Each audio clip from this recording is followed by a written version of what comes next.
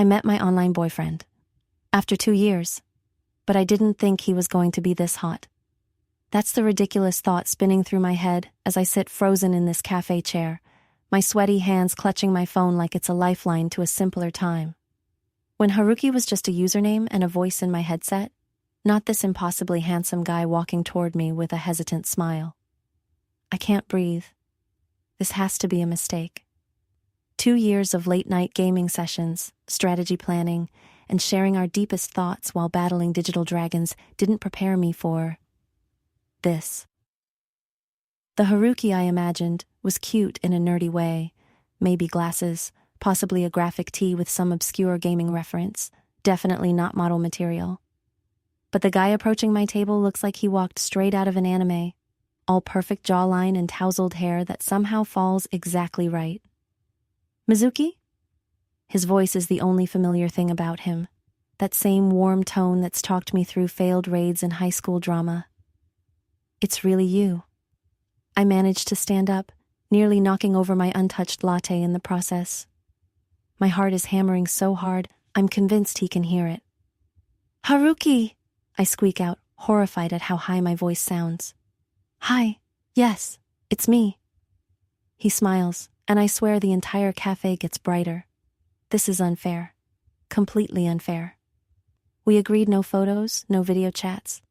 We wanted to know each other for who we were, not what we looked like. But if I'd known he looked like this, I would have at least worn something nicer than my faded Realm of Legends hoodie and my hair in a messy bun. I can't believe we're finally meeting in person, he says, sliding into the seat across from me. He's wearing a simple blue button-down that makes his eyes look even more intense. After all this time, I nod, trying to formulate words like a normal human being.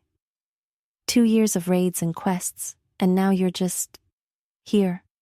I know, he laughs, running a hand through his hair. It's kind of surreal, right? I keep wanting to type something to you instead of saying it out loud. That makes me smile despite my internal panic. I literally had my phone out to message you when you walked in, I admit, finally releasing my death grip on my device.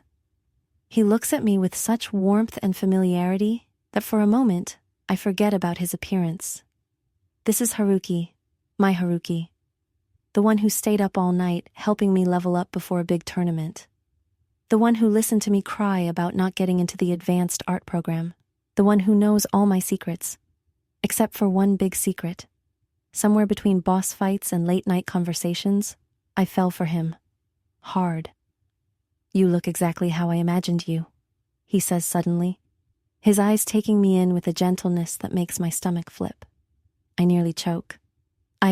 What? No way! He nods, completely serious. Your voice matches your face perfectly. It's weird, but I feel like I've known exactly what you'd look like. If only I could say the same.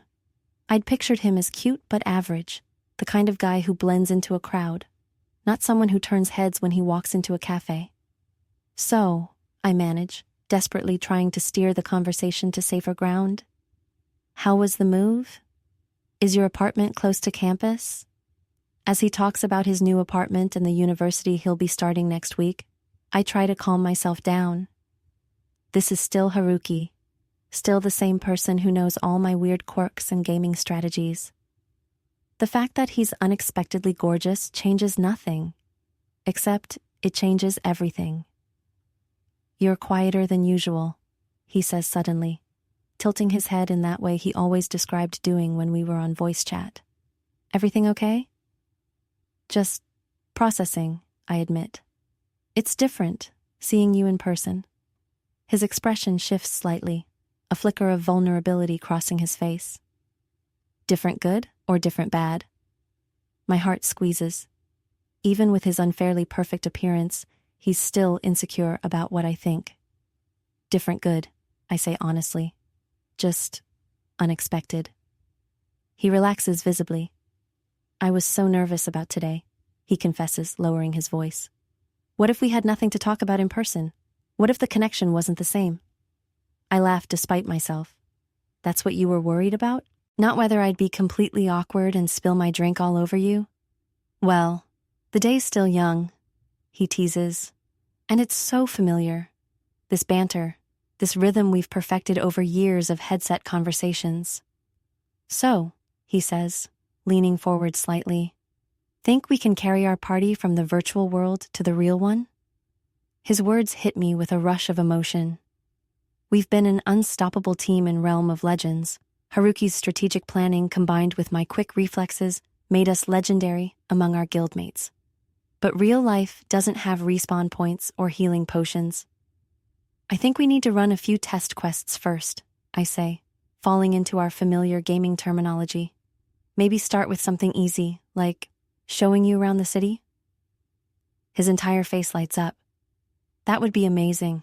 I've only seen the university and my apartment building so far. I take a sip of my now lukewarm latte to hide my blush.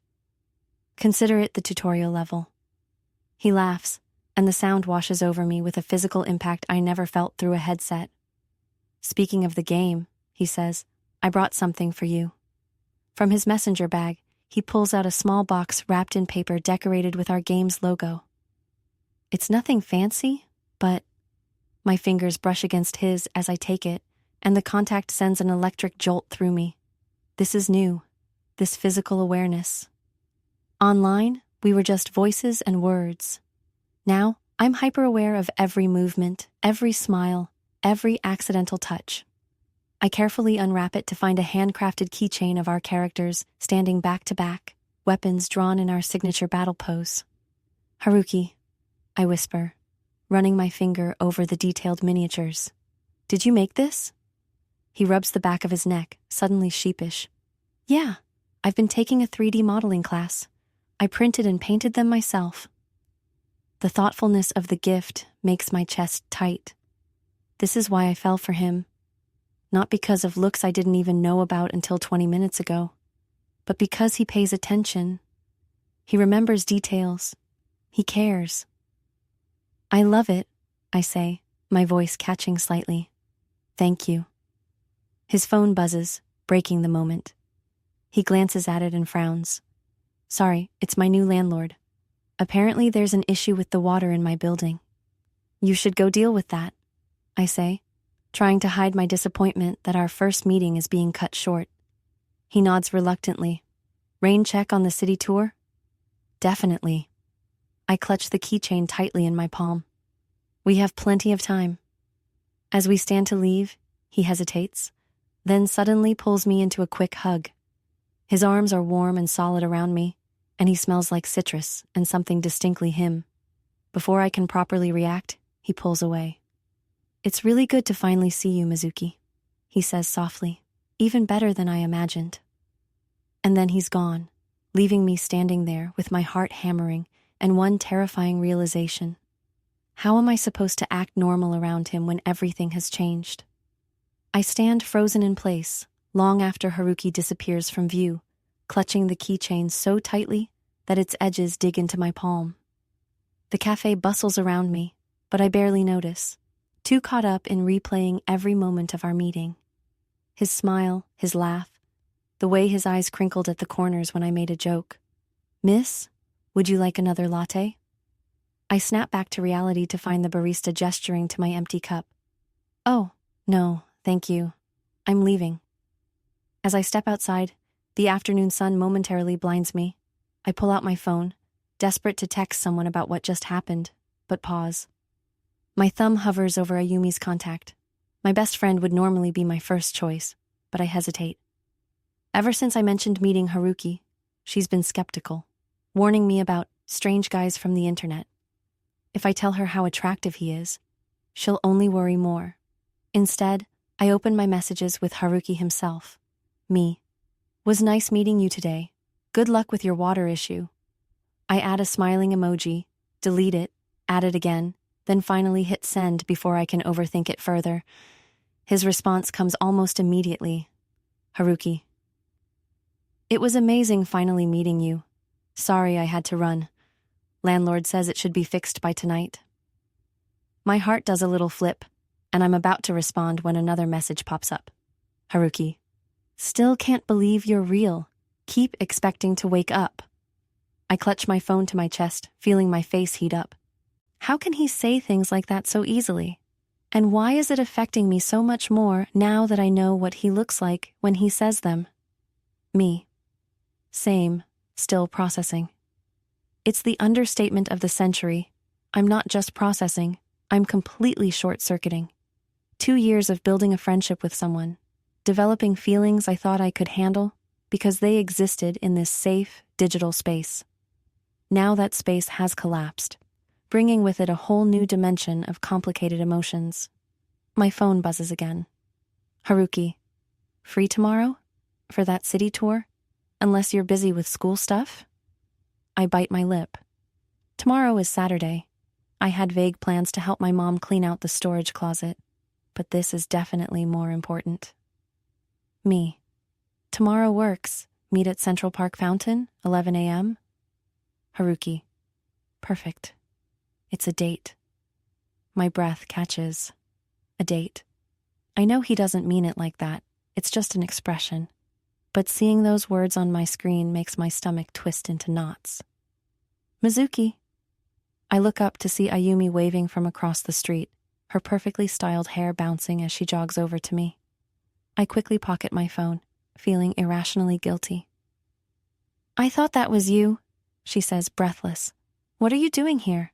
I thought you had that meeting with your online friend. I did, I say, trying to sound casual. Just finished, actually. Her eyes narrow immediately. She's known me since elementary school. She can read my face like a book.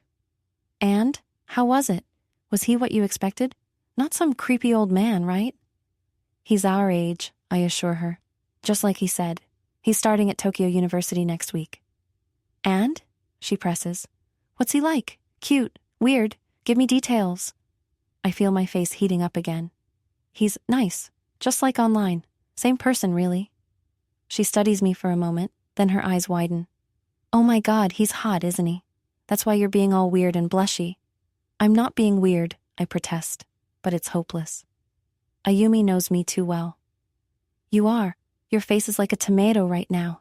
She grabs my arm. How hot are we talking? Like regular hot or model hot? I groan, looking around to make sure no one's listening. Model hot, I admit in a whisper. Like unfairly, impossibly good-looking, and I wasn't prepared at all. I showed up in this. I gesture at my well-worn hoodie and jeans. Ayumi's expression shifts from teasing to concerned. Misu, are you sure this is the same guy? It sounds like classic catfishing. Maybe he sent his hot friend to meet you instead. It's definitely him, I say firmly. His voice is exactly the same, and he knew everything about me, about our game. He even made me this. I show her the keychain. She examines it, her frown deepening. That's actually really sweet, but still weird. Why wouldn't he tell you what he looked like, or share photos? It was mutual, I explain. We both agreed no photos, no social media stalking. We wanted to know each other for who we were, not what we looked like. That's so naive, Ayumi says, but her tone has softened. What happens now? Are you seeing him again? Tomorrow, I admit. I'm showing him around the city. Her eyebrows shoot up. Tomorrow? Mizuki, we need to get you ready. What are you going to wear? Have you planned where to take him? This requires strategy. Before I can protest, she's linking her arm through mine and dragging me toward the shopping district. Emergency makeover time, she declares. Ayumi, no. I don't need a makeover. But even as I say it, I remember how perfect Haruki looked in his simple button-down, how my heart nearly stopped when he smiled. Maybe a little effort wouldn't hurt. 3 hours, and far too much of my summer job savings later, I'm standing in my bedroom surrounded by shopping bags. Ayumi sprawls across my bed, scrolling through her phone. Okay, I've mapped out the perfect route, she announces. Start at the fountain, then the botanical gardens. They're gorgeous right now. Then that cute cafe on Maple Street for lunch. I tune out slightly as she continues detailing what sounds less like a casual hangout and more like a romantic date itinerary. I pick up one of the shopping bags, pulling out a pale blue sundress that Ayumi insisted brings out my eyes. I still think this is too much, I say, holding it up against myself in the mirror. He's going to think I'm trying too hard. Mizuki?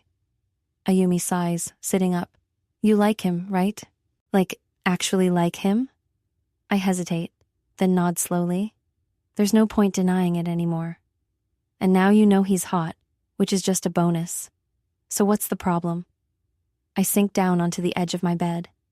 The problem is, what if he doesn't see me that way? We've been friends for 2 years. What if I start acting different and he notices? What if I ruin everything?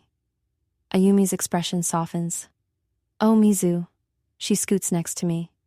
He traveled across the country partly to be near you. He made you a custom keychain of your game characters. I don't think you have anything to worry about. But online is different, I insist. We were just voices and words. Now there's all this. I gesture vaguely at myself. What if he's disappointed? Impossible, Ayumi says firmly. You're beautiful, smart, and you kick ass at video games. What more could a guy want? Her confidence makes me smile despite my anxiety. I just don't want things to change, I admit quietly. He's my best friend. I quickly add, besides you, obviously. Obviously, she says with an eye roll. But sometimes change is good, and sometimes it's not even change, just evolution. Like leveling up in your game. I consider this, running my fingers over the soft fabric of the dress. Maybe. My phone buzzes, and my heart leaps into my throat. It's Haruki. Haruki. Water fixed. Just wanted to say again how great it was to see you today. Looking forward to tomorrow. Ayumi reads the message over my shoulder and gives me a knowing look. Just friends, huh? Stop, I mumble, but I can't help smiling.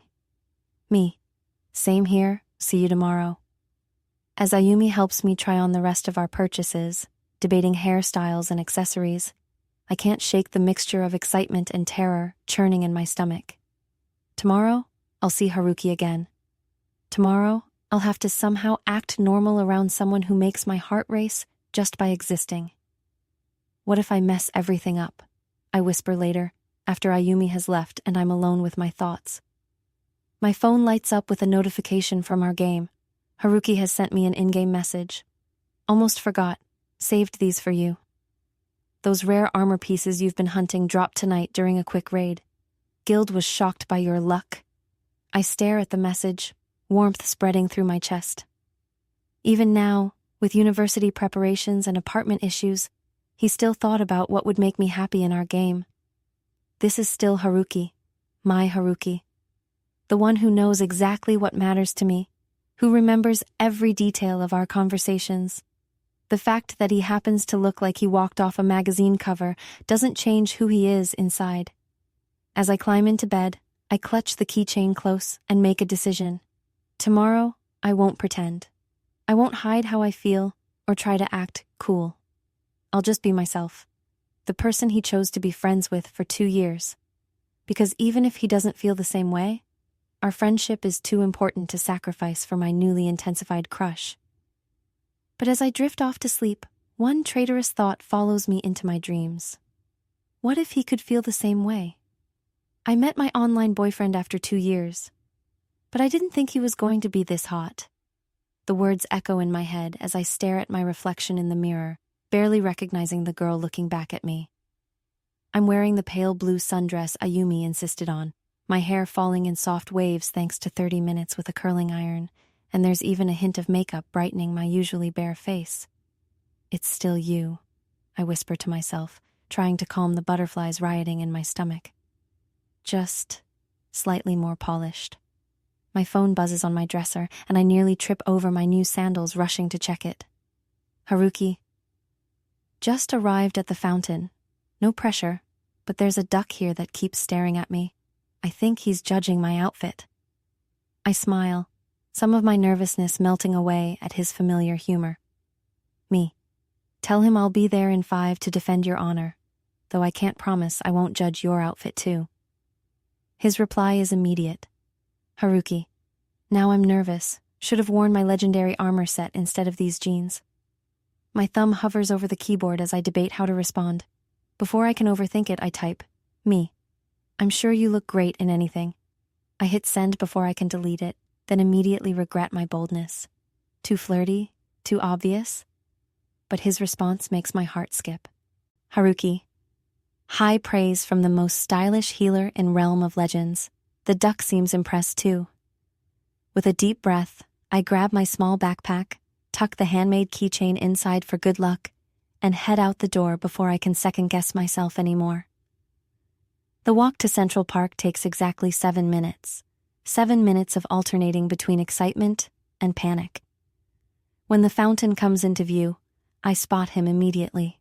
He's sitting on the edge, absently tossing crumbs to a particularly demanding mallard. Today, he's wearing a light gray t-shirt that fits him just right and dark jeans that make his legs look impossibly long. It's unfair how good he looks without even trying. He hasn't noticed me yet, and for a moment, I consider the absurdity of this situation. How 2 years of friendship has somehow led to me standing frozen in a park, scared to approach someone I've talked to almost every day. Then he looks up, spots me, and his entire face transforms with a smile so genuine it makes my chest ache.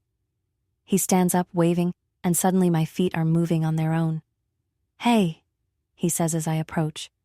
His eyes take in my appearance with a quick glance that somehow feels like a physical touch. "Wow, you look really nice." "Thanks," I manage, hoping my face isn't as red as it feels. "You too." An awkward moment passes between us, one I've never experienced in our online friendship. There, our conversations flowed effortlessly. Here, I'm suddenly aware of my body, of his proximity, of 1,000 new variables that didn't exist in our digital world. "So," I say, gesturing vaguely at the park around us. "Welcome to my humble city. Where would you like to start?" "I'm completely in your hands," he replies, then looks slightly embarrassed at his wording. "I mean, you're the expert. Lead the way." I fall back on Ayumi's carefully planned itinerary, starting with a walk through the park's botanical gardens. As we stroll side by side, I point out local landmarks and share small stories about growing up here.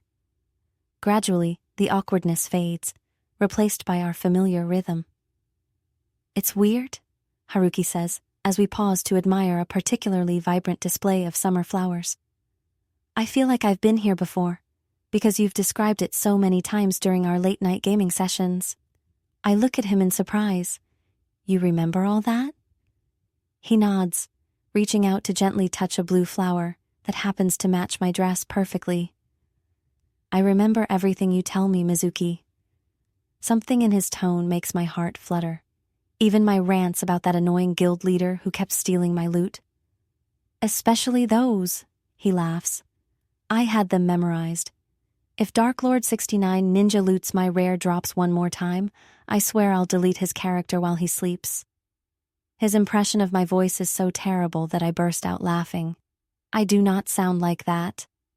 "You absolutely do when you're mad," he insists, his eyes crinkling with amusement. "It's cute." The word cute hangs between us, and I watch as Haruki suddenly seems to realize what he said, a faint pink touching his cheeks.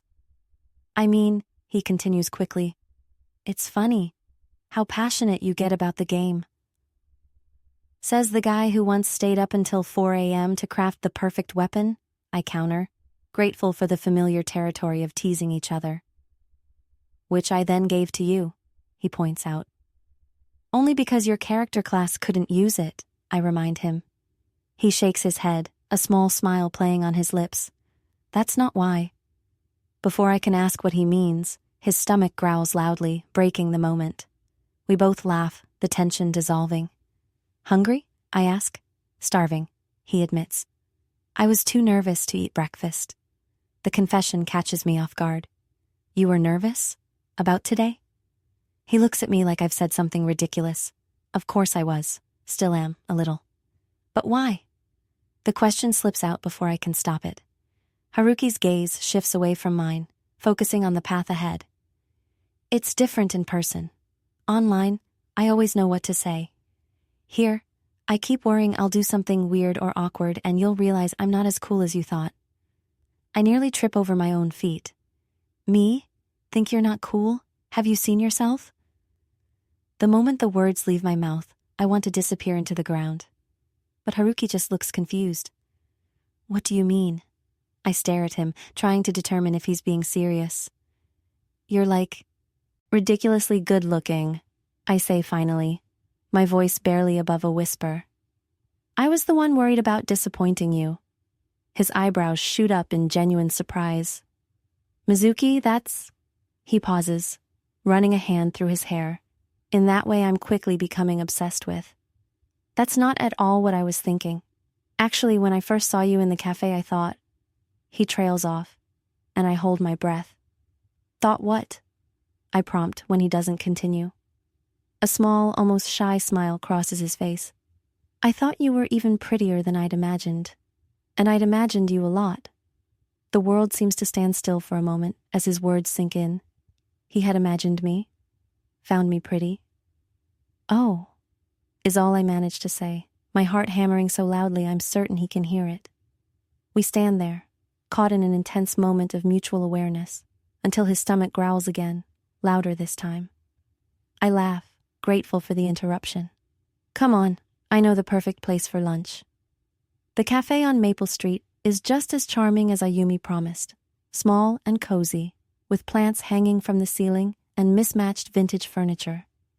We find a small table by the window, and I watch as Haruki examines the handwritten menu with interest. Their curry bread is amazing, I tell him, and the strawberry lemonade. He smiles. Then that's what I'll have. After placing our order, we fall into easy conversation about his university plans and my final year of high school. It feels like our online chats, comfortable, engaging, full of the back-and-forth rhythm we've perfected over years. I can't believe we live in the same city now, I say as our food arrives. No more scheduling raids around the time difference. No more lag during critical boss fights, he adds, taking a bite of his curry bread and making an appreciative noise that does funny things to my insides. No more knowing each other only as voices and text, I say softly. His eyes meet mine. That's the biggest change, he agrees. Being able to see your expressions when you talk. Like right now, you get this little crinkle between your eyebrows when you're thinking hard about something. His observation startles me. I do? He nods, taking a sip of lemonade. You did the same thing online when we were planning strategy, but I could only hear it in your voice. Now I can actually see it. The fact that he's been studying my expressions so carefully makes me feel exposed and thrilled at the same time. You're doing it right now, he points out with a grin. I consciously try to relax my face, which only makes him laugh harder. Don't, he says. I like it. It's so... you. I don't know how to respond to that, so I take a large gulp of my lemonade instead. The tart sweetness gives me a moment to compose myself. What else is different? I ask. From what you imagined. Haruki considers this, setting down his fork. Your laugh, he says finally. It's exactly how it sounds online, but now I can see how your whole face lights up with it. His voice drops slightly. It's better in person.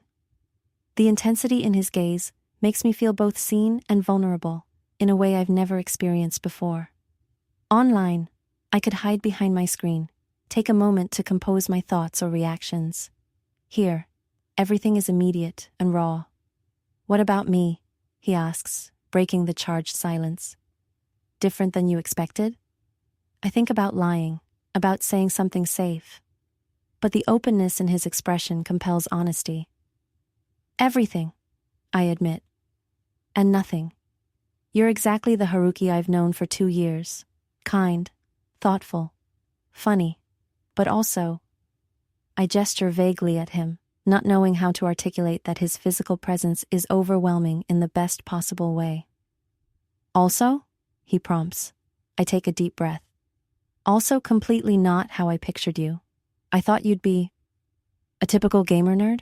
He supplies with a small smile. Something like that, I confess. Not... I wave my hand at him again, unable to find the right words. Not what?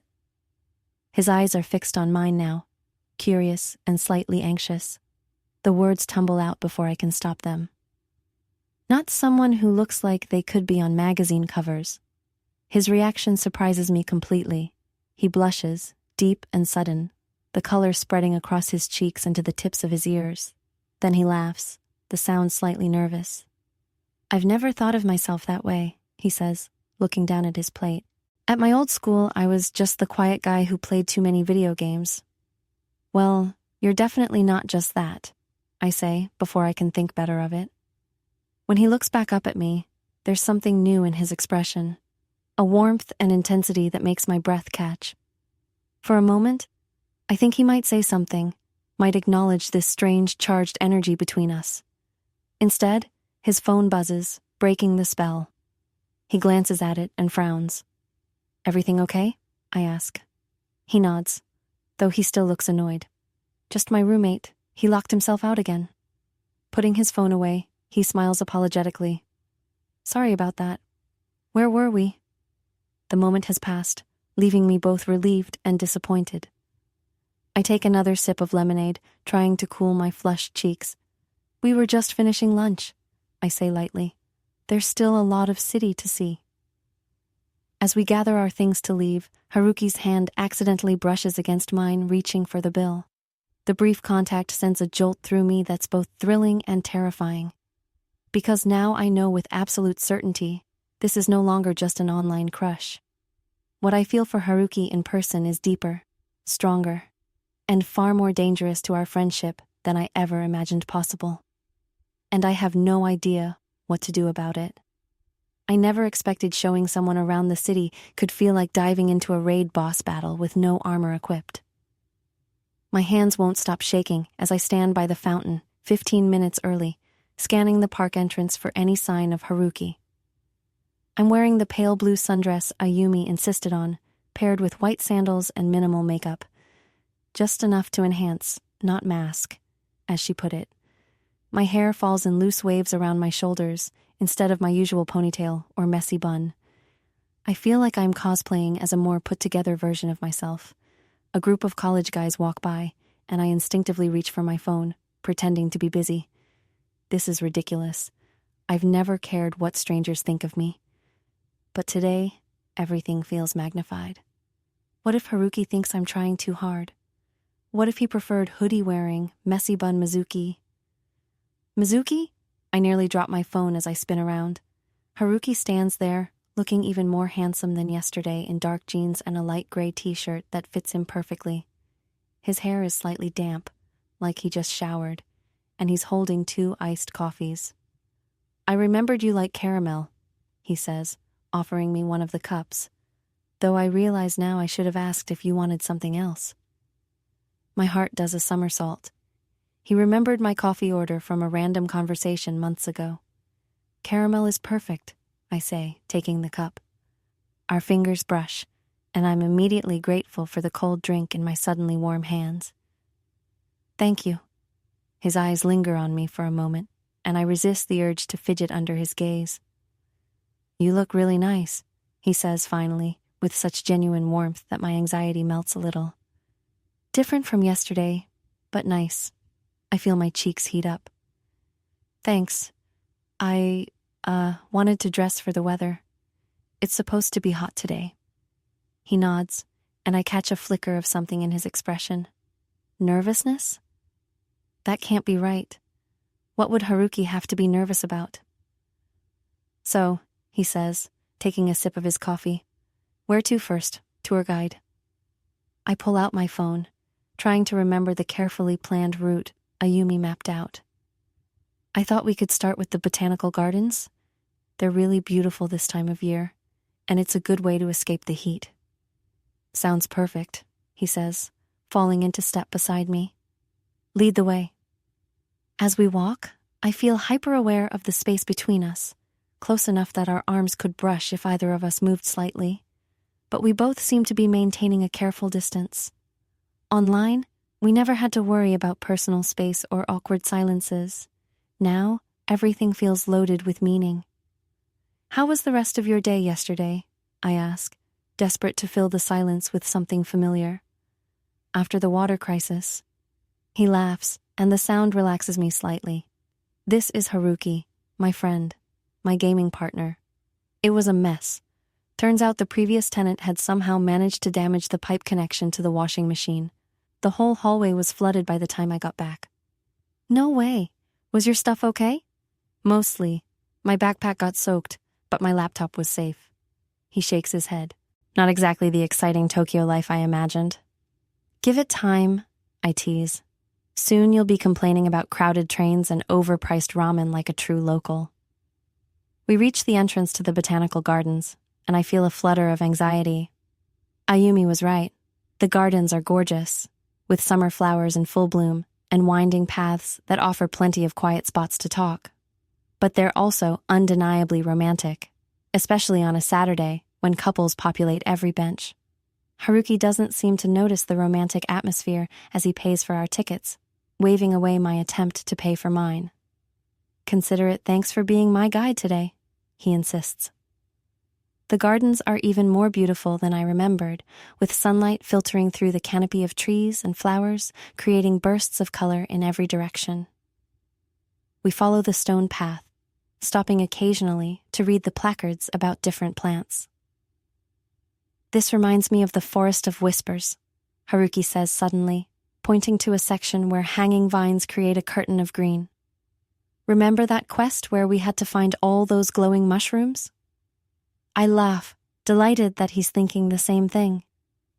Yes, and I kept falling off those stupid floating platforms. Until we figured out you could use the vine swing to bypass them entirely, he finishes, grinning. That was all you, I admit. I would have been stuck there for hours. But you're the one who figured out the boss's weakness, he counters. We're a good team. The way he says it, present tense, like nothing has changed, makes something warm unfurl in my chest.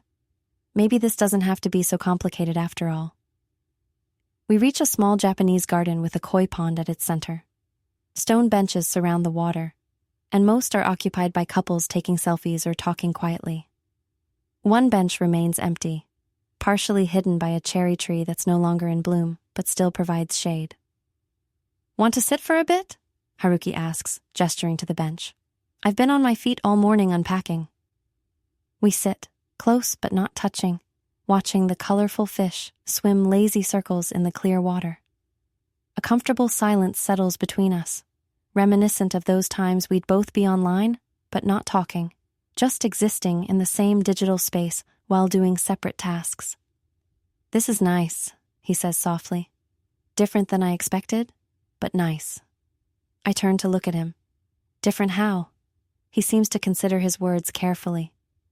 I thought it might be weird, meeting in person after so long, like maybe we wouldn't know how to be around each other without a screen between us.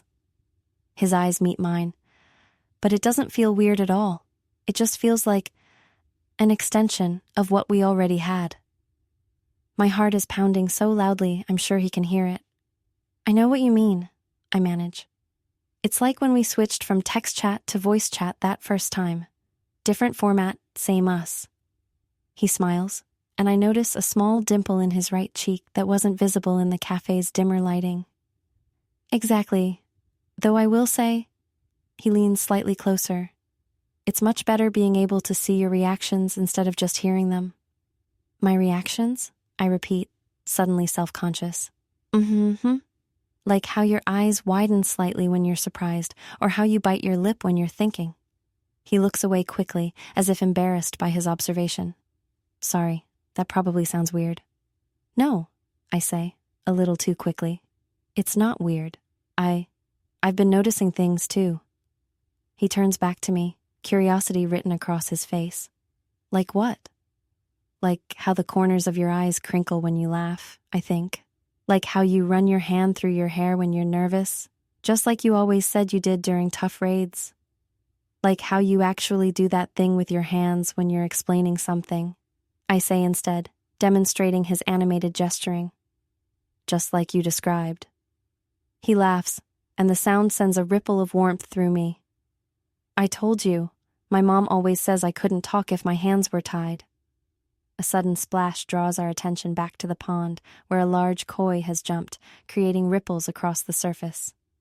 Wow, Haruki says, eyes wide with childlike wonder. That one's huge. That's Emperor, I tell him. At least, that's what the gardeners call him. He's been here for decades, supposedly. You come here a lot? I nod. It's one of my favorite places to sketch. Peaceful, lots of interesting textures and shadows. I'd love to see your art sometime, he says, his voice sincere. You've talked about it so much, but I've never actually seen any of it. It's nothing special, I mumble, suddenly shy. I doubt that. His confidence in me, so familiar from our gaming days, makes me feel both exposed and valued. We sit in comfortable silence for a few more minutes, watching Emperor and his subjects glide through the water. When Haruki's stomach growls audibly, we both laugh. Sorry, he says, looking sheepish. I was so nervous about today, I kind of forgot to eat breakfast. Nervous? About seeing me? The thought makes my pulse quicken. There's a really good cafe nearby, I suggest, standing up. They make amazing melon bread. Lead the way, he says, falling into step beside me. As we exit the garden, our hands brush accidentally, sending an electric current up my arm. Neither of us acknowledges it, but I notice Haruki walking slightly closer to me than before. The cafe is busier than I expected, with only one small table available in the corner. We squeeze in, our knees bumping under the tiny table. Each point of contact feels magnified, like stepping on a pressure plate in a dungeon. Sorry it's so crowded, I say, suddenly worried this was a bad choice. We can go somewhere else if... This is perfect, Haruki interrupts. I love places like this. They remind me of that cafe in Stellar Kingdoms where players would meet to trade rare items. I laugh, remembering the virtual cafe he's talking about. The Cosmic Bean. I spent so many hours there trying to trade for that legendary shield. Which you never got, he teases. Because someone... I give him a pointed look, outbid me at the last second. And then gave it to you for your birthday, he finishes, looking pleased with himself. Your reaction was priceless. I think you screamed so loud you woke up your neighbors. It was 2 a.m., and it was the last piece I needed for the set. I defend myself, but I'm laughing too. The waitress arrives to take our order, and I'm struck by how she smiles appreciatively at Haruki. Of course she does. He's gorgeous. A small knot forms in my stomach as I realize this is going to happen everywhere we go. Mizuki. Haruki's voice breaks through my thoughts. What are you getting? Oh, melon bread and a lemonade, please. As the waitress leaves, Haruki leans forward. Everything okay? You looked far away for a second. I force a smile. Just thinking about where to take you next. There's a really cool arcade near here that I think you'd like. His face brightens. An arcade? Now you're speaking my language. The knot in my stomach loosens slightly. This is still Haruki, gaming enthusiast, strategy master, my best friend. The fact that he's attractive enough to turn heads doesn't change who he is. But as I watch him animatedly describing his favorite arcade games, sunlight turning his hair golden brown and highlighting the perfect angles of his face, I can't help wondering if I'm capable of separating my old feelings from these new, more complicated ones. And worse, what happens when other girls inevitably notice him too? I met my online boyfriend after 2 years, but I didn't think he was going to be this hot, and now I can't sleep. It's 3 a.m., and I'm still staring at my ceiling, replaying our meeting in endless loops while my stomach performs Olympic-level gymnastics. Every time I close my eyes, I see his face, that perfect smile, those warm eyes that lit up when he first recognized me. I grab my phone for the 20th time tonight and pull up our text conversation, reading his last message over and over, looking forward to tomorrow. 4 simple words that shouldn't make my heart race this much. With a groan, I toss my phone aside and bury my face in my pillow. This is ridiculous. I've talked to Haruki almost every day for 2 years.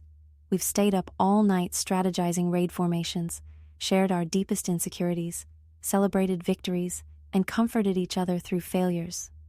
He's heard me ugly cry when I didn't get that art scholarship. I've listened to him rant about his parents' expectations, but none of that prepared me for the way my entire body froze when he hugged me goodbye. My alarm blares at 8 a.m., and I jolt awake with the disorienting realization that I must have finally fallen asleep. I silence the offending noise and immediately check my phone. No new messages from Haruki, but there's a text from Ayumi. Good luck today. Wear the blue dress, curl your hair, and don't panic. I type back a quick thank you, then drag myself to the bathroom. The face that stares back at me in the mirror looks exhausted, dark circles under eyes that betray my restless night. Great. Perfect timing for looking my absolute worst. Mizuki? Mom calls through the door. Are you up? I thought we were cleaning the storage room today. I wince, having completely forgotten to tell her about my change of plans. Actually, Mom, I'm going out today. Remember my friend from Realm of Legends? The one who moved here for university? I'm showing him around the city. There's a pause before she responds. The online friend? You're meeting him alone? The concern in her voice makes me bristle slightly. I already met him yesterday, Mom. He's exactly who he said he was. And we're just hanging out in public places. Another pause. Well, text me every couple of hours, okay? And be home for dinner. I will, I promise, relieved she's not putting up more resistance.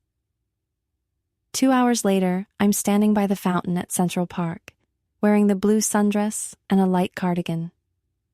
I've arrived 15 minutes early out of sheer nervousness, and now I'm second-guessing everything. Is the dress too much?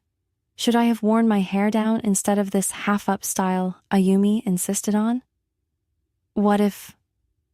Mizuki! I turn to see Haruki jogging toward me, and my heart immediately lodges itself in my throat. He's wearing dark jeans and a fitted gray t-shirt under an open button-down, looking effortlessly stylish in a way that makes me both grateful and resentful that Ayumi forced me to dress up. Hey, I manage as he reaches me, trying to sound casual while my pulse thunders in my ears. Sorry, am I late? He asks, checking his phone with a concerned expression. No, I was early, I admit, then immediately regret revealing my eagerness. I just didn't want to make you wait. His smile makes my knees weak. You look really nice, he says, and the genuine appreciation in his eyes sends warmth flooding through me. Thanks, I mumble, fighting a blush. You too. An awkward silence stretches between us, and I realize with a jolt that this never happens online. We always have something to talk about, some game strategy to discuss, or life drama to dissect. Why is it so different in person? So, we both say simultaneously, then laugh. You first, he offers. I take a deep breath.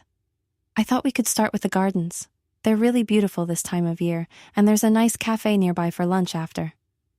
Sounds perfect, he says, falling into step beside me as we leave the fountain area. Lead the way, Guildmaster. The gaming reference eases something in me. This is still us, still the team that conquered the Northern Realms together, just in a different setting. As we walk, I point out local landmarks, the library where I spend rainy Sundays, the arcade I've mentioned in our late-night conversations, the ramen shop that makes the spicy miso soup he once said he wanted to try. You remember all that? He asks, looking genuinely surprised when I mention the ramen. Of course, I say, confused by his reaction. You said it was your comfort food when you were studying for entrance exams. Something shifts in his expression, a softening around his eyes that makes my heart flutter. I didn't think you'd remember random stuff like that. I remember everything you tell me, I admit, then immediately worry it sounds too intense. I mean, not in a creepy way, just, you know. He laughs, but it's warm, not mocking. I know exactly what you mean. I do the same thing. The botanical gardens are in full bloom when we arrive, pathways lined with vibrant flowers and carefully manicured trees. We wander through the rose section, and I find myself relaxing as we fall into our familiar conversational rhythm. He tells me about his apartment troubles, about getting lost on the train system, about the weird neighbor who invited him to join a very exclusive book club on his first day. Exclusive how? I ask, giggling at his impression of the neighbor's mysterious tone. That's the thing. He wouldn't say. Haruki throws his hands up dramatically.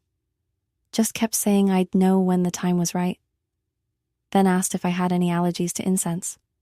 Oh my God, it's definitely a cult. I laugh. Right? That's what I thought. He grins at me, and I'm struck by how his whole face transforms when he smiles, how his eyes crinkle at the corners, how a tiny dimple appears on just his right cheek. I've never noticed someone smile this intensely before. It's unnerving. We pause by a koi pond, watching the orange and white fish glide beneath the surface. The morning sun catches in Haruki's dark hair, highlighting strands of deep brown I wouldn't have noticed otherwise. This is my favorite spot, I say quietly. I come here sometimes to sketch. I can see why, he murmurs, looking around at the peaceful scene. It's beautiful. His eyes meet mine. Would you show me some of your art sometime? You've talked about it so much, but I've never actually seen any. The request makes my stomach tighten with anxiety. My art is personal, raw in ways that make me vulnerable. Maybe, I hedge. Some of it's kind of private. He nods immediately. I understand. No pressure. But something in his respectful response makes me reconsider. This is Haruki, the person I've trusted with almost every other part of myself. Actually, I find myself saying, I have some sketches on my phone. Nothing special, just...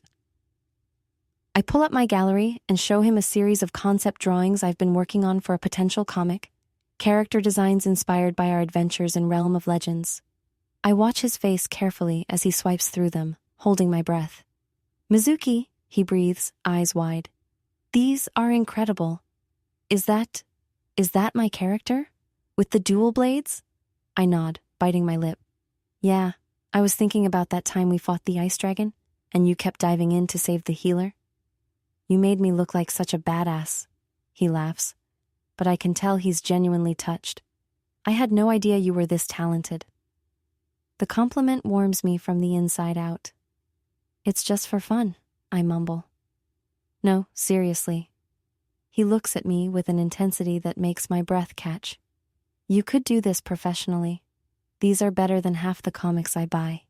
Before I can respond, my stomach growls loudly, and I want to die of embarrassment. Haruki checks his watch. Lunchtime? Where's that cafe you mentioned? Grateful for the change of subject, I lead him to a small cafe tucked between two larger buildings. It's cozy inside, with mismatched furniture and local artwork on the walls. We find a corner table, and I try not to notice how the intimate setting suddenly feels date-like. So, he says after we've ordered, I've been thinking about what you said yesterday, about running test quests in the real world. I take a sip of water, trying to ignore the nervous flutter in my chest. Yeah? Well, I was wondering if you'd want to join me for a real-world raid this weekend. His expression is playful, but slightly nervous. There's an escape room near campus that has a fantasy theme. Apparently, it's really challenging, only 20% completion rate. My eyes widen. That sounds amazing. I've always wanted to try an escape room. Great, he looks relieved. Saturday then, unless you're busy. Saturday works, I say quickly, perhaps too quickly. We could grab dinner after if you want. The words leave my mouth before I can overthink them, and I immediately feel my face heating up. Did I just ask him to dinner? Like a date? But Haruki just smiles that heart-stopping smile. That sounds perfect. Our food arrives, saving me from my spiraling thoughts. As we eat, the conversation shifts to his upcoming classes, his hopes for university life, his nervousness about making new friends. At least I already have one friend here, he says, looking at me with such genuine warmth that my heart squeezes painfully in my chest. Friend.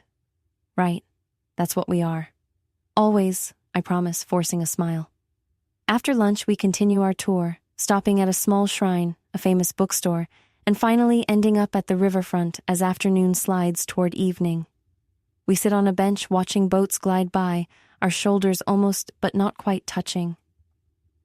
Thank you for today, Haruki says softly, for showing me your city. It feels less overwhelming now. Anytime, I reply, and I mean it. Despite the constant flutter of nerves, being with him feels right, like we've been doing this for years instead of just 2 days. The setting sun casts golden light across his profile, and I allow myself one moment of pure, unguarded longing. What would happen if I just told him how I feel? If I admitted that somewhere between raid strategies and late-night confidences, I fell for him. But the risk feels too great. What we have is precious, a friendship built on understanding and trust. I can't jeopardize that for feelings he might not share. My phone buzzes with a text from my mom. Dinner in 30 minutes. Are you on your way home? I sigh, showing Haruki the message. Parental summons. He nods, standing and offering me a hand up. I take it, trying to ignore the spark that shoots through me at the contact. His hand is warm and solid around mine, and he holds on just a moment longer than necessary before letting go. I'll walk you to the train, he offers. As we make our way to the station, I find myself wishing the day didn't have to end. Tomorrow he'll be busy with university orientation, and then classes will start. Our easy, unlimited time together will become scheduled meetups between commitments. At the station entrance, we pause awkwardly. Thanks again, he says, rubbing the back of his neck. For everything. It was fun, I say, meaning it despite the emotional roller coaster. Good luck with orientation tomorrow. I'll text you, he promises, then hesitates before leaning in for a quick hug. This time I'm prepared, and I hug him back, breathing in his now familiar scent. When we pull apart, there's something in his eyes I can't quite read, a question maybe, or something unspoken. But all he says is, "See you Saturday, Guildmaster." I smile, clutching that small gaming reference like a lifeline. Saturday. As the train carries me home, I stare out the window at the passing city lights. Today felt different, both exactly like talking to my online friend and completely new. Every smile, every laugh, every brush of our hands carried weight it never had before. And I have no idea what to do about it. I met my online boyfriend. After 2 years, but I didn't think he was going to be this hot. The thought returns in full force as I stare at my reflection the next morning, turning side to side in the sundress Ayumi convinced me to buy. It's pretty, definitely prettier than anything I'd normally wear to hang out. But is it too much? The pale blue fabric falls just above my knees, with little daisy embroidery around the neckline that Ayumi insisted. Looks effortless, not like you're trying too hard. Who am I kidding? I am trying hard. Way too hard. I grab my phone and snap a quick mirror selfie, sending it to Ayumi with 3 question marks. Her response comes immediately. Perfect. He's going to die when he sees you. That's exactly what I'm afraid of. What if Haruki thinks I'm being weird? What if he realizes I like him, and it makes things awkward? 2 years of friendship on the line because I couldn't handle how attractive he turned out to be. I grab a light denim jacket from my closet, partly for the morning chill, but mostly because it makes me feel less exposed. As I slip it on, my phone buzzes again. Haruki. On my way to the fountain. Might be a few minutes early, still getting used to the train system here. My heart immediately kicks into overdrive. This is really happening. Again. With trembling fingers, I text back. No problem. See you soon. I grab my bag, check my reflection one final time, and head out before I can change my mind and my outfit for the 5th time this morning. The walk to Central Park takes 15 minutes, each step amplifying my nerves. I rehearse casual greetings in my head, trying to find the perfect balance between friendly and not desperately crushing on you. Nothing sounds right. I'm still mentally debating conversation starters when I spot him. Haruki is already at the fountain, sitting on the edge, looking down at his phone. The morning sunlight catches in his dark hair, giving it an almost blue-black sheen. He's wearing a fitted gray t-shirt under an open black button-down, with jeans that look casually perfect, in that way I could never achieve. For a moment, I just watch him from a distance, my heart in my throat. He hasn't seen me yet. I could still turn around, text some excuse about being sick. He looks up, scanning the park, and his eyes find mine. His entire face transforms with a smile so genuine it makes my chest ache. He stands, waving, and any thought of retreat vanishes. "Mizuki," he calls, jogging over to meet me halfway. "Good morning." "Morning," I manage, suddenly hyper-aware of my dress, my carefully brushed hair, the tinted lip balm Ayumi insisted would look natural, but better. He stops a few feet away, and I see his eyes quickly take in my appearance. Something flickers across his face. Surprise? Before his smile returns. "You look really nice," he says, and the sincerity in his voice makes my cheeks warm instantly. "Thanks," I mumble, fiddling with my jacket sleeve. "So do you." An awkward beat passes between us, something that never happened online. In our digital world, conversation flowed effortlessly.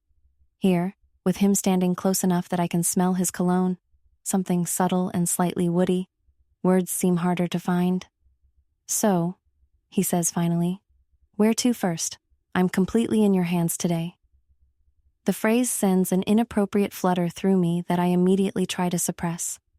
"I thought we could start with the botanical gardens," I suggest, remembering Ayumi's carefully planned itinerary. "They're really beautiful this time of year."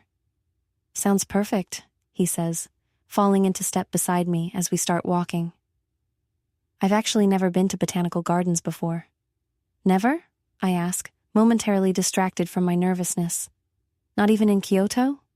He shakes his head. "My dad wasn't big on flowers, and I was always more of an indoor kid, as you know." I smile at that. I do know. I know that he prefers rainy days to sunny ones, that he can't stand the taste of melon, that he once stayed up for 36 hours straight to finish a game release.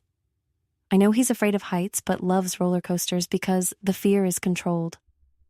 I know so many little details about him, just not what it's like to walk beside him on a sunny morning, close enough that our hands could brush if I moved just an inch to the left. "What are you thinking about?" he asks suddenly. "You went quiet."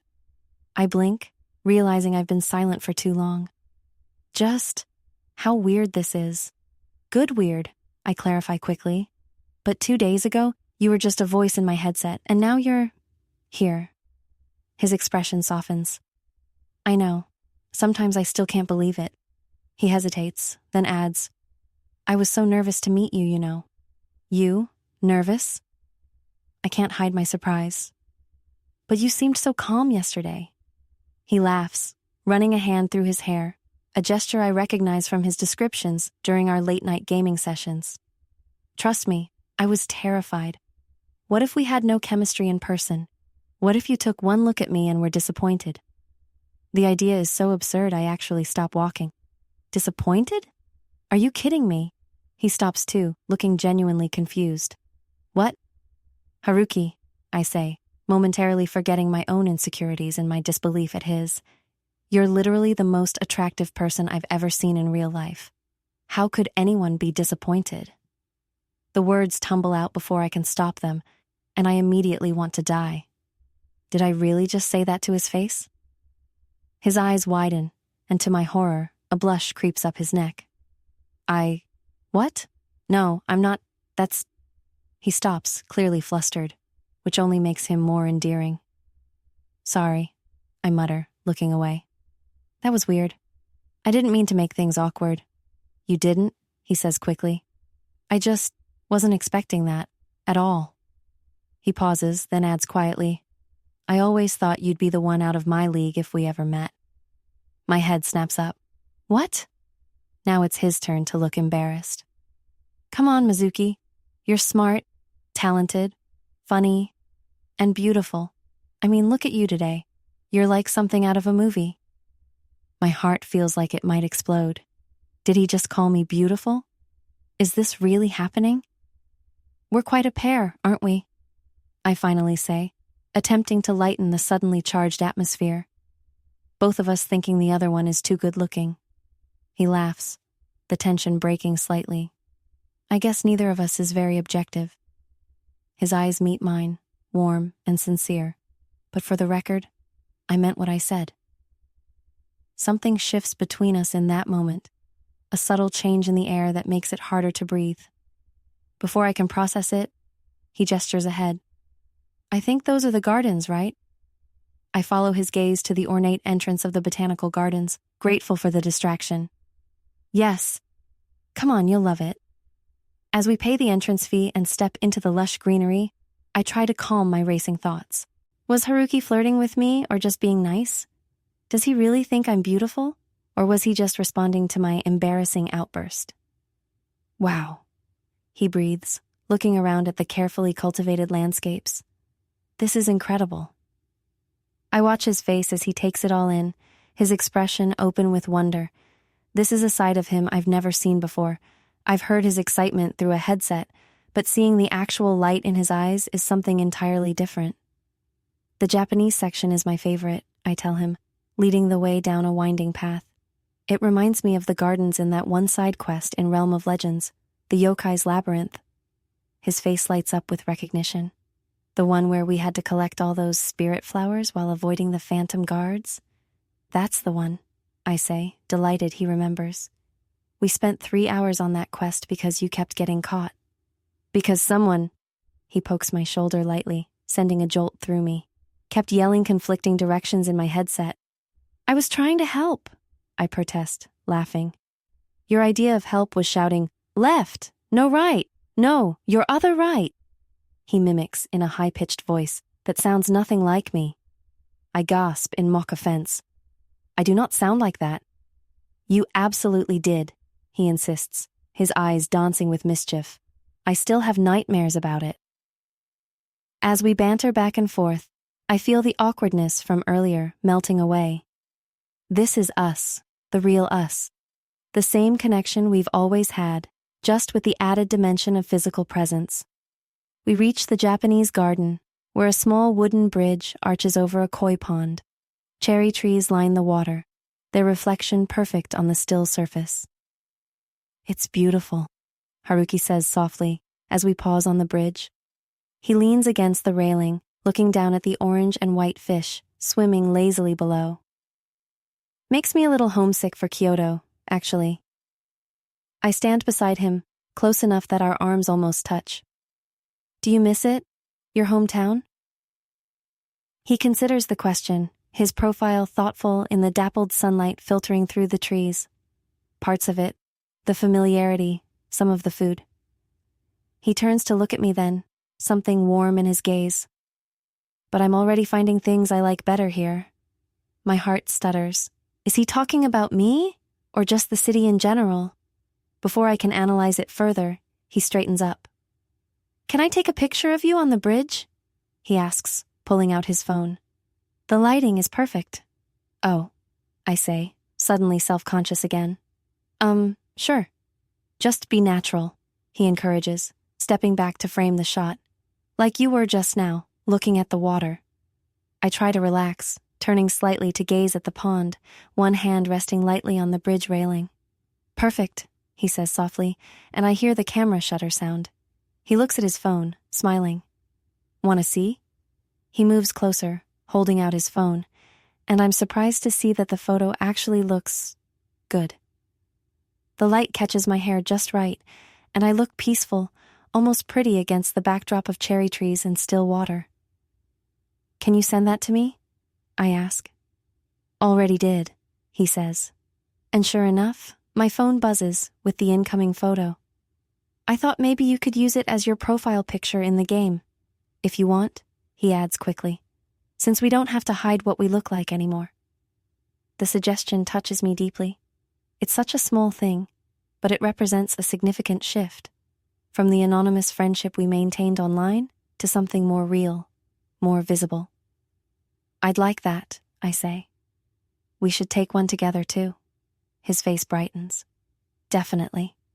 He moves beside me, his shoulder pressing against mine as he extends his arm to take a selfie of us. I'm acutely aware of his warmth, the slight height difference that means I fit perfectly next to him. Say, level up, he jokes. Level up, we say in unison, laughing as he takes the photo. Looking at the result, our faces close together, both smiling widely, I feel a surge of something powerful. Possibility. The morning stretches into afternoon as we wander through the gardens, talking about everything and nothing. With each passing hour, the initial awkwardness fades further, replaced by a comfortable familiarity tinged with something new. Something electric that sparks whenever our hands accidentally brush or our eyes meet for too long. And I realize that while his unexpected appearance may have thrown me initially, it doesn't change the most important thing. With Haruki, I feel like myself. The best version of myself. As we cross another bridge, he stops suddenly, turning to me with an expression I can't quite read. Mizuki, there's something I should probably tell you. I met my online boyfriend after 2 years, but I didn't think he was going to be this hot. The thought still echoes through my mind as I stand by the Central Park fountain, nervously smoothing down my new sundress. I'm 15 minutes early, my heart racing with each passing second. A breeze rustles the leaves overhead, and I inhale deeply, trying to calm myself. Mizuki? I whirl around, nearly losing my balance on my unfamiliar sandals. Haruki stands there, somehow looking even better than yesterday, in a casual white t-shirt and jeans. The sunlight catches in his hair, and for a moment, I forget to breathe. Hi, I manage, acutely aware of how different I must look from yesterday's hoodie-wearing gamer girl. You found it okay? His eyes widen slightly as he takes me in, and I feel heat rushing to my cheeks. You look, he starts, then seems to catch himself. Different from yesterday. My heart sinks. Too much? I ask, gesturing at my outfit. No, he says quickly. No, you look beautiful. He rubs the back of his neck, a gesture I recognize from our video calls. I wasn't prepared. I smiled despite my nerves. Now you know how I felt yesterday? He laughs, the tension between us dissolving. Fair enough. So, where are we headed first, tour guide?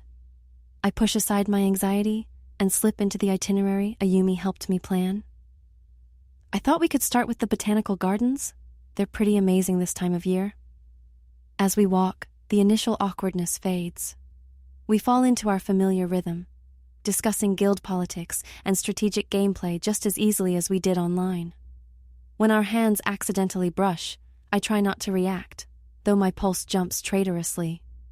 So that's why I had to switch servers last month, he finishes explaining as we enter the lush greenery of the gardens. I still can't believe Dark Lord 99 turned out to be your chemistry professor. I laugh. Former chemistry professor, thankfully. I don't think I could have faced him in class after destroying his entire castle. We wander through vibrant flower displays and peaceful Zen gardens. Haruki seems genuinely enchanted by everything, stopping to examine plants and taking photos of particularly beautiful arrangements. Your city is amazing, he says, as we pause near a koi pond. I can see why you love it so much. It's more special showing it to someone else, I admit. Watching the colorful fish swim beneath the surface makes me see it with fresh eyes. He turns to look at me then, his expression suddenly serious. Mizuki, can I ask you something? My stomach tightens. Of course. Are you uncomfortable with me? In person, I mean. His eyes search mine. Sometimes I feel like you're holding back or, I don't know, different from how you are online. The directness of his question catches me off guard. This is Haruki, though, always cutting through to what matters. I'm not uncomfortable, I say carefully. Just adjusting. It's strange, isn't it? To know someone so well, and then have to get to know them all over again in a different way. He nods slowly. I keep having these moments where I forget we've never actually been in the same place before. Like when you laughed earlier. It sounded exactly like I imagined from all our voice chats. But then I look at you and I prompt when he trails off. And it's better, he finishes softly. Seeing your expressions, watching how animated you get when you talk about things you love. It's like getting the full version of someone I already cared about. My heart stutters at his words. I know exactly what you mean, I whisper. We stand there by the pond, something unspoken hovering between us, until my phone buzzes. It's Ayumi checking in. How's it going? Has he fallen madly in love yet? I quickly silence my phone, mortified. Everything okay? Haruki asks. Fine, just Ayumi being Ayumi. I clear my throat. Ready for that cafe I mentioned? They make amazing matcha lattes. At the cafe, we grab a corner table by the window. Haruki insists on paying, calling it a thank you for the tour.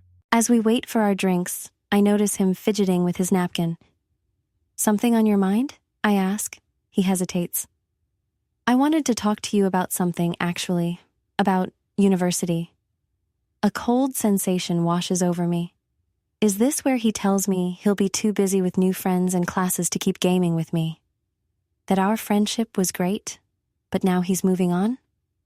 What about it? I manage to keep my voice steady. I'm nervous, he admits, his confident facade cracking slightly. I've never been good at making friends in person. Online is different. You have time to think about what to say, and people judge you by your actions, not... He gestures at himself. I stare at him, incredulous. Are you seriously worried about making friends? Look at you. He grimaces. That's part of the problem. People make assumptions based on how I look. Either they don't take me seriously, or they expect me to be someone I'm not. Our drinks arrive, and I take a moment to process this revelation. I've been so caught up in my own insecurities that I never considered Haruki might have his own. That's why meeting you was so important to me, he continues, stirring his latte absently. You're the only person who knows the real me. Not what I look like, but who I am. I still know who you are, I say softly. That hasn't changed. His eyes meet mine, vulnerability clear in them. Really? Because sometimes I worry you're disappointed, that the real me doesn't live up to who you thought I was. I nearly choke on my drink. Disappointed? Haruki, have you seen yourself? That's exactly what I mean, he says, frustration edging his voice. I don't want you to see me differently just because of how I look. I'm still the same guy who stayed up all night helping you beat that impossible dungeon. The same guy who knows your coffee order and your favorite constellation and how you cry at sad commercials but never at actual sad movies. The intensity of his words pins me to my seat. He's right. I have been treating him differently. Not because I'm disappointed, but because I'm terrified of revealing just how much more intense my feelings have become. You're right, I admit quietly. I have been acting differently, but not for the reason you think. He waits, watching me with those earnest eyes that now have a face I can't stop looking at. I take a deep breath. The truth is, I had feelings for you before we ever met in person. For months now. And I thought I could handle it because it was safe. You were far away, just a voice and words on a screen. I stare down at my latte, unable to meet his gaze. But then you showed up looking like you, and those feelings got a lot harder to ignore. The silence that follows feels eternal. I force myself to look up. Haruki is staring at me with an expression I can't read. You had feelings for me. Before? I nod, my face burning. I know it might make things weird between us. And if you just want to be friends, I completely understand. Our friendship means everything to me, and I don't want to lose... Mizuki. He interrupts gently. Why do you think I moved here? I blink. For university? I got accepted to 3 universities. This one wasn't even my top choice academically. He leans forward. I chose it because it was in your city. My breath catches. You mean, I've had feelings for you too, for a long time. A shy smile crosses his face. I was going to tell you yesterday, but then I saw you and completely lost my nerve. You were exactly how I'd pictured, but somehow even better, and I was terrified of ruining everything. We're both idiots, I laugh, feeling lightheaded with relief and joy. We've been friends for 2 years. And we couldn't just say how we felt? To be fair, it's a big risk, he says, reaching across the table to take my hand. His touch sends electricity up my arm. You're my best friend, the person who knows me better than anyone. Losing that would have been unbearable. I squeeze his hand. You couldn't lose me if you tried. His smile widens, and he lifts my hand, pressing a gentle kiss to my knuckles. So what happens now? Now, I say, my heart soaring, we finish the tour and maybe upgrade our party status from friends to something more? I've been waiting to level up this relationship for months. He grins, the familiar gaming reference making me laugh. As we leave the cafe hand in hand, my phone buzzes with another text from Ayumi. Details needed immediately. I smile and type back. Mission accomplished. Tell you everything later. The afternoon stretches before us, golden and full of possibility. We visit my favorite bookstore, the arcade where I spend too many weekends, and finally end up at Sunset Point, overlooking the city as the sky turns brilliant shades of orange and pink. I still can't believe this is real, Haruki says, his arm around my shoulders as we watch the sun sink lower. That you're real. I lean into him, savoring his warmth. I've been thinking about something you said yesterday, about how online and offline are different worlds. What about it? I don't think they are, I say. Not really. We're the same people we always were. We just have new ways of being together now. He turns to face me, tucking a strand of hair behind my ear. His touch makes me shiver. New ways I'm very much looking forward to exploring. As the last rays of sunlight disappear, Haruki leans down, hesitating just inches from my face, asking permission without words. I close the distance between us, pressing my lips to his. The kiss is soft, sweet, and over too quickly. When we pull apart, his eyes are bright with emotion. So, he whispers, about that raid tomorrow night. I burst out laughing, feeling lighter than I have in months. Some things never change, do they? I hope not, he says, pulling me closer. But some changes are definitely for the better. As night falls over the city, I realize that what I feared most, our relationship changing, was exactly what needed to happen. We didn't lose anything of what made us special. We just added new dimensions, new ways to be together, new levels to explore. And this adventure, unlike our game, has only just begun.